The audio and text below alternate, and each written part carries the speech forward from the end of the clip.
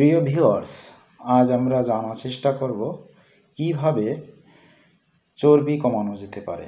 কি ধরনের খাবার খেলে চর্বি কমে যাবে আর কি ধরনের খাবার বর্জন করলে চর্বি হবে না, এবং আমাদের কি ধরনের অভ্যাস তৈরি করা উচিত। তা চলুন আজ জেনে নিই প্রথম কি ধরনের খাবার খাওয়া আমাদের জন্য নিষেধ। চর্বি কমাতে হলে আমাদের গরুর মাংস, খাসির মাংস, মুরগির চামড়া, গিলা কলিজা, মস্তিষ্ক, ডিমের কুসুম, চিংড়ি মাছ, বড় মাছের মাথা, ডিম, নারিকেল ও তা দ্বারা তৈরি খাবার,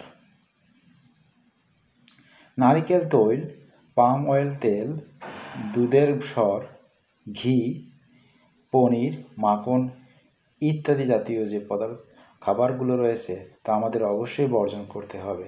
এই জাতীয় খাবার খেলে আমাদের অতিরিক্ত চর্বি বেড়ে যাবে, যা স্বাস্থ্যের জন্য ঝুঁকিপূর্ণ হবে।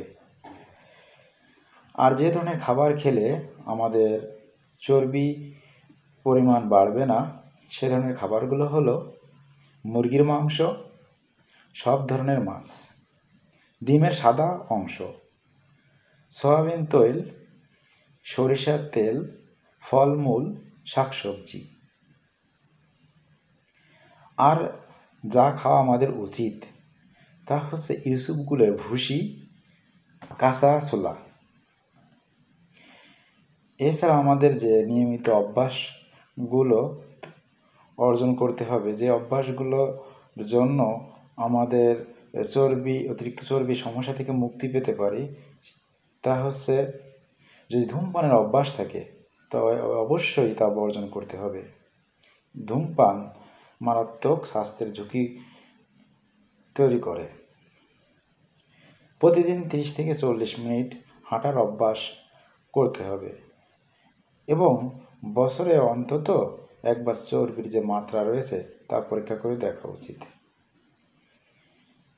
তাহলে যে খাবারগুলো খেলে চর্বি বাড়ার সম্ভাবনা রয়েছে তা আমাদেরকে এড়িয়ে চলতে হবে, এবং যে খাবারগুলো খেলে আমাদের চর্বি বাড়বে না সে ধরনের খাবার আমরা খাওয়ার অভ্যাস তৈরি করব। অতিরিক্ত চর্বি আমাদের দেহের ওজন বাড়িয়ে তোলে ও দেহের ওজন বেড়ে গেলে BMI বেড়ে যাবে। আমাদের সুস্থতা আমরা অর্জন করতে পারবো না, শরীরে বিভিন্ন রোগ প্রতিরোধ ক্ষমতা কমে যাবে।